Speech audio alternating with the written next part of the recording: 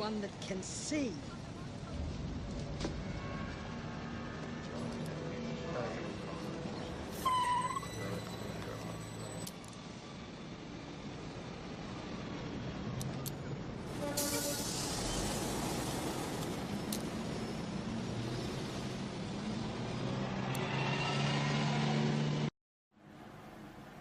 Okay, hello, hi everybody. I come to you today with a little bit of a heavy heart, feeling some sort of way about life and the world in general right now. And the beginning part of this video might not be, some people might think of it as being negative. I'm thinking of it as just sharing. I'm feeling a certain way lately, and I've had other people come to me, and I've come to other people, maybe for counsel or just to talk, because we're all feeling a little bit of a heavy burden, maybe a little bit of oppression or depression or anxiety with the way the world is right now, and just things that are going on that we have no control of, and maybe just the way that these things going on in the earth are affecting us. So hopefully it will be some kind of teaching or learning lesson for myself and for others, and I hope that someone out there will get a little bit of something out of what I'm going to share. I've been feeling lately maybe not satisfied quite with what I'm doing in life. It's a little frustrating going to work every day, and I have 2 jobs. Frustrating going to work every day and feeling like I'm not living up to my potential. I'm going to try not to get emotional. And struggling with the conversations day to day, and I'm going to say with normal average people, and I just mean that in that they don't quite understand that Earth is different, and that our history is a lie, and that everything that they go about their daily business doing is false and fake, and what they see on TV is fake. It's everywhere. You know, the conversations at work, the goal of why we do our work, finances, you know, paying bills, struggling to make ends meet, working really hard and still struggling. And I get in the car, and I used to be able to get in the car and listen to music and enjoy listening to music, and that was like a highlight of my day, was listening to what I wanted on the way to work and listening to what I wanted on the way home from work or wherever I was going. Anymore, I listen to music, the mainstream music, and it's just depressing, or it fills me with anxiety. And you hear what people are talking about on the radio, and it's just like, I don't belong here. I don't even understand why they're talking about what they're talking about. The music doesn't give me joy anymore. Rarely watch TV, but sometimes we watch movies, and every once in a while I'll follow something on TV, usually outdoorsy stuff.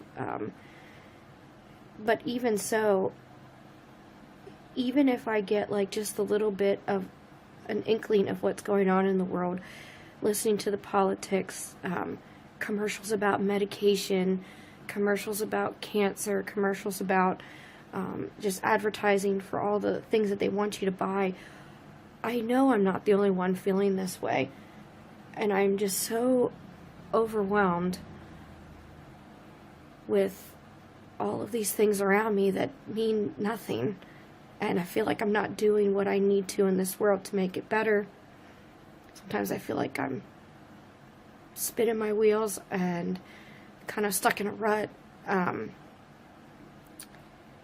then what's worse is that it used to be I really enjoyed, and God forbid if any of my close friends that I see in the real world see this, because I hope you understand that I don't mean this to be offensive, but knowing the things that I know and learning the things of this world that I've learned, and then getting together with friendships and family that don't want to talk about it, that think I'm crazy, that just, they are the polar opposite of who I am and how I feel.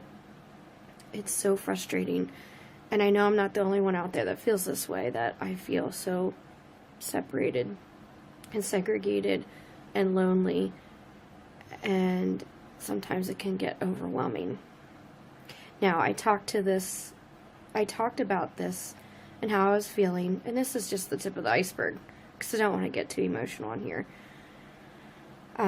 With some other Flat Earth friends, and one in particular just the other day, and he knows who he is, just someone feeling the same sort of way, and made an alias account on Facebook so that they didn't get the harassment that they were getting from family and worried about their place of work, where they work, which is such a shame. It's so aggravating and so frustrating and unnerving that we sometimes have to hide something as silly as the fact that we question the things of this world, like the shape of the earth and government and military and authority in general, that we have to feel so separate and segregated, and that we have to go through this harassment and this abuse. But anyway, I know I'm not the only one out there feeling this way. I'm hoping that this will touch some hearts.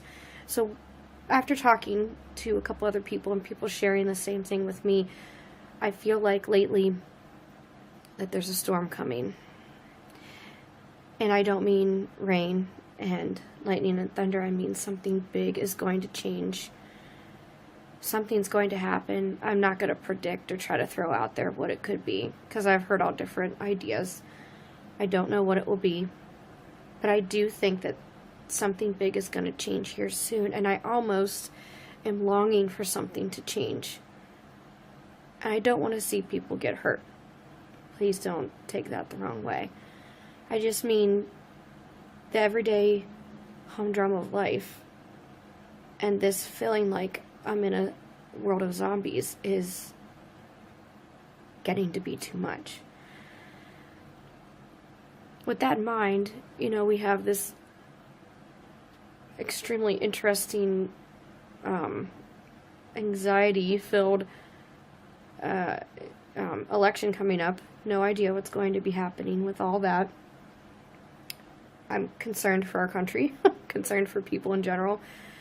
But in all honesty, something major will happen, and the people that are zombies will feel like it brings them together, and they'll follow what the country wants them to do, and then we'll just be left alone and overwhelmed still.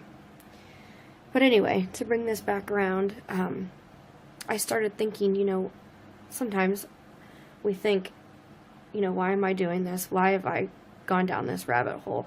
Can't turn around and can't go back. You can't unsee what you've seen, and you can't unhear what you've heard, and you can't unknow what you know now.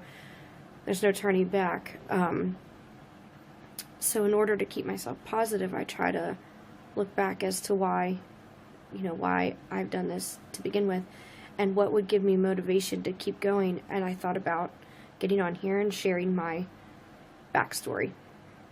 And I know I promised that I would do that before. And hopefully, all the trolls and people don't care about what I'm saying have now left, because I've talked and rambled for a few minutes about how I feel in the beginning.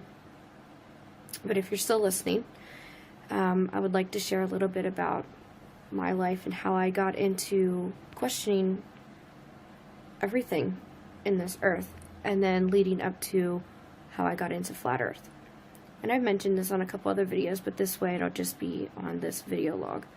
When I was 8 years old, first of all, I was raised a Christian, in a Christian upbringing, Christian family. When I was 8 years old, I was counseled to, when I was ready to, and when I believed wholeheartedly to accept Christ as my Savior, that I prayed and I did that. A lot of things changed then in my life when I was 8 years old. I feel like once I did that, I started being attacked. I very much so believe in a creator, and I very much so believe in a evil opposite. I know a lot of people don't, I'm not asking you to change your opinion. I'm not trying to convince you. I'm just telling you what my experience has been and what I believe. So everyone can believe what they want. And if you've had a different experience, then I encourage you to make a video and share it with everybody. So when I was 8 years old, things started changing in my life. And one night, at the age of 8, I was fast asleep, and it was probably 2 or 3 a.m. in the morning. I was awoken, not by a noise, not by a light, not by anything that would normally wake you up. It was just a feeling, maybe like a feeling like I was being watched, some kind of eerie feeling like that. I got up out of bed. Again, there was no noise, and I looked. We lived on top of a hill in Liverpool, Pennsylvania, on about 4 acres, and we lived on a hill, and we lived in a double-wide manufactured home on a basement, and the basement was exposed on the edge, looking out over, like, from the hill where we had our lookout, our view. And my bedroom was on that side of the house, so my only window I had was looking out over the exposed part of the basement. So basically, you could not get to my window unless you were, however high the ceiling is, 9-10 feet, to the basement, and then another couple feet to the window. There's no way to easily get to my window. Anyway, I felt like I was being watched, and I looked out my window, and there was I will best describe a creature, and I know what you're all going to think, and it's exactly what I thought immediately. Well, once I started researching it, this creature had the quintessential bulbous, cadaver gray head that was very large on top, very pointed towards the chin, almost no mouth. It had very black eyes that had no colored part, no cornea. I guess you call it cornea, or the iris. No, it was all pupil, I guess. It was just all big black, like a bug eye. Kind of teardrop shaped, huge. And they didn't look like eyes of something that you'd look like that would be alive. Like my eyes move and have emotion. You know, we have eyebrows and we move them. And this thing had no mouth. The eyes were very lifeless. Almost no nose that I can remember, maybe 2 little holes. Very skinny neck, very skinny shoulders. And it was outside my window. And it clearly was trying to get in, to get to me, to get at me, to take me, I don't know. And I was terrified. I wasn't able to say anything, even if I wanted to. For some reason, I could not say anything, no voice. I couldn't really move, but I wasn't stuck in my bed. I was standing. And I remember it kind of shaking its head back and forth in this erratic way, almost like its head was going to come off of its spindly little neck. And it was frustrated it couldn't get to me. It was acting erratic and aggressive, and it clearly was angry. And it did not say anything. It didn't make a noise. I just only felt how it felt. It was like telepathy. Like, however it was feeling towards me went right into my brain, and I couldn't respond. I couldn't do anything. It was cursing me. It was cursing God, the Creator. I don't remember what name it used for the Creator. I wish I did, if it was something I didn't recognize. But it definitely was aiming a lot of hatred towards the one protecting me. And I also felt a presence behind me, and this happens a lot to me, whether it's in dreams or in real life, where I feel that positive presence. It doesn't always let me see it. It's always just directly behind me, out of the corner of my eye. And I felt like something was there, and it was protecting me, and it was allowing me to go through this experience It didn't protect me as in, well, I just won't let you go through this experience and let you go through the fear and listening or having imprinted what this thing is feeling towards you. I'm going to let you go through this experience, but I'm going to protect you through it. And that's happened a lot in my life as well. And the only thing I could think of as an 8-year-old child was to pray. And I couldn't even get my thoughts together to barely make any kind of comprehensible prayer other than, God help me or God protect me. That's exactly what I felt was happening. And then this thing just kept getting more angry, and eventually it stopped and it disappeared. It just stopped trying. It went away. And as a young child, I don't know why I didn't go get my parents. I just felt like I was kind of robotic in my movement. I climbed back in bed after the experience. I took I had stuffed animals, all my stuffed animals, and piled them around me like a nest.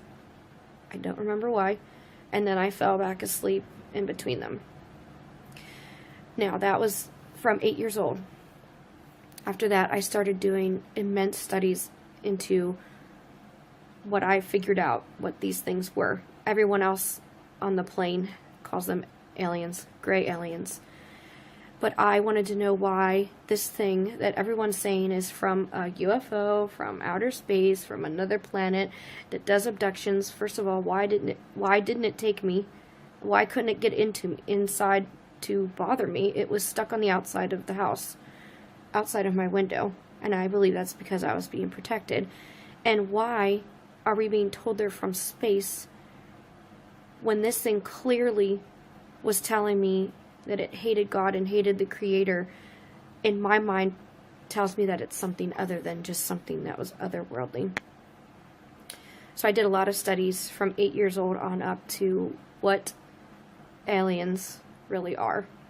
And I came to the conclusion very young that aliens, reptilians, Nordics, all these things, the insectoids, it all sounds so silly, all these different races of alien creatures that we've been talked about and told about are in fact just evil entities that are controlled by the opposite of our Creator, the evil opposite. Whether you want to call him Lucifer, Satan, the devil, doesn't matter. They do his bidding, and they do anything within their power to corrupt mankind because they're very jealous of us, because we were created by God in his image. And we all know that Lucifer or Satan has a big grudge against God. So that opened my mind. That changed my perspective on the world. I became very open to questioning everything. As I grew up, a lot of things happened when I was younger, like the fiasco at Waco. And I very quickly started researching as to what really went on there. 9/11 happened, the wars happened. I questioned all those things, on up to all the false flags, all the hoaxes, the fake shootings, the fake bombings, our false reality and the reasons why we go to war.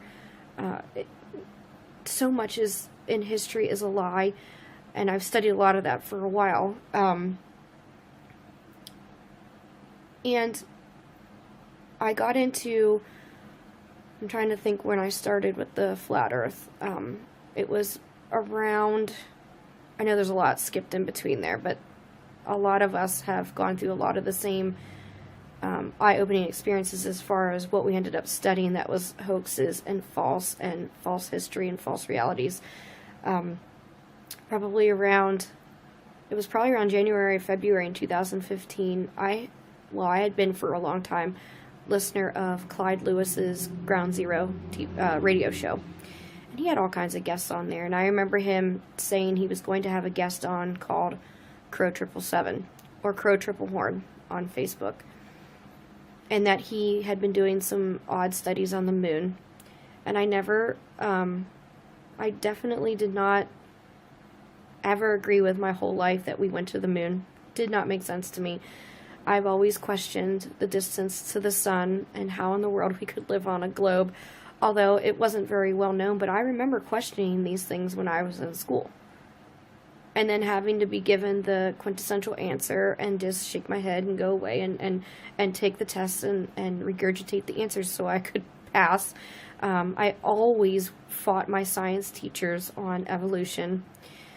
But anyway, around February 2015, I started looking into Crow 777's work and was just astounded. And I started questioning what really is the moon and what is going on up there, because his first reaction was that, is the moon a hologram? That didn't really sit well with me, because he was recording what's called the lunar wave, and he didn't understand what it was either. I don't think that he still adheres to the moon being completely a hologram, but that's kind of what he was thinking when he first started. But he ended up coming on to Clyde Lewis's Ground Zero show, and the episode was called Lunomaly, like lunar anomaly, and that was, I think, March 10th, and I was so excited because I had been listening to some of his videos and starting to compare the sun and the moon. I was realizing that the sun was never setting or exiting in the same spot. You know, I was starting to make those observations and not really understanding why, and also understanding that I had no idea about the heliocentric model, what we were really told. I didn't even understand that, because it never made sense. So then I continued to study on the moon and this lunar anomaly, or the lunar wave. Clyde Lewis then also had Mark Sargent on his show, and that was in, I think, the first week of April. It was like April 4th or 5th, something like that. And that kind of corresponded with some of what Crow was talking about, just as far as the moon and the sun not being exactly what we were told. We were lied to about it. And Mark Sargent's interview was called This Geoid Earth. And I feel really bad because I absolutely love Mark Sargent's work now. But on that interview, they didn't really give him the time of day. They did not let him really talk a whole lot. And he wasn't able to get the point across quite as well as what he can now. But I think he mentioned Eric Dubay, and I started looking into Eric's Atlantean conspiracy. At the time, I had no idea why that even, corresponded with what Mark Sargent was talking about, but I looked into it, and then found some of Mark Knight's work. And anyway, I started getting sucked in and obsessed with it, and I kind of did my studies independently till about, it was either June or July, and I realized that there are Facebook groups. I mean, not just independent articles or like Eric Dubay's website. I started getting into the Facebook groups, like the Ball Earth Skeptic, it was FE versus SE, or Sphere Earth versus Flat Earth, something like that. That was just a big fighting group, but it was interesting to hear everybody, argue and the differences of opinions. Got into a couple really good groups and started feeling a certain way as far as how I do now, even still struggling with it, feeling very segregated, really, really struggling because family members don't understand, loved ones don't understand, friends don't understand, no one to talk to, and dealing with the harassment and the abuse because of it. So I decided to make my own group. I didn't make my own group until October of 2015. So 1 year is coming up real soon. And I named the group Flat and Happy, and I know that sounds funny, but I wanted it to be a group that I didn't necessarily want a debate group. I didn't want a hate-filled group. I didn't want a troll-filled group. I wanted a group where people could come and just literally share everything Flat Earth, all their observations, theories, experiments, photographs, art, and share it and talk amongst each other, learn more from each other, and then be able to share it on the outside world, and also then help each other dealing with the lies of this world and the fact that there's some loneliness with knowing the truth. And history was kind of made then.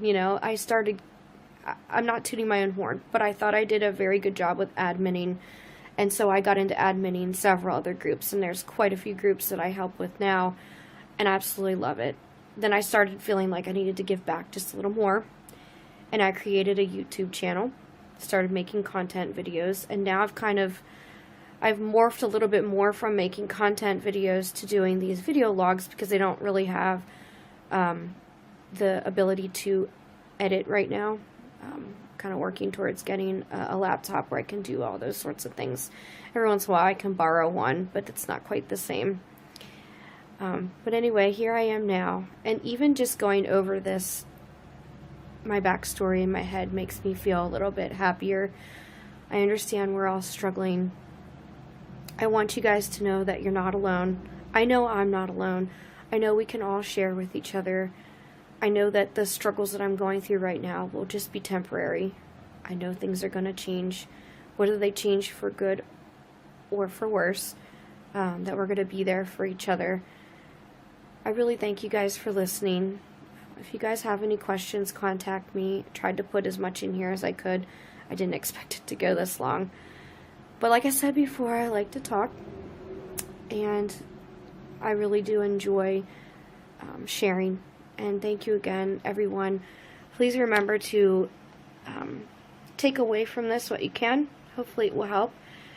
And I would like you to seriously consider sharing your experience on video if you're able to. And if you're not able to, just make sure that you're enjoying your experience learning about the flat earth. Bye.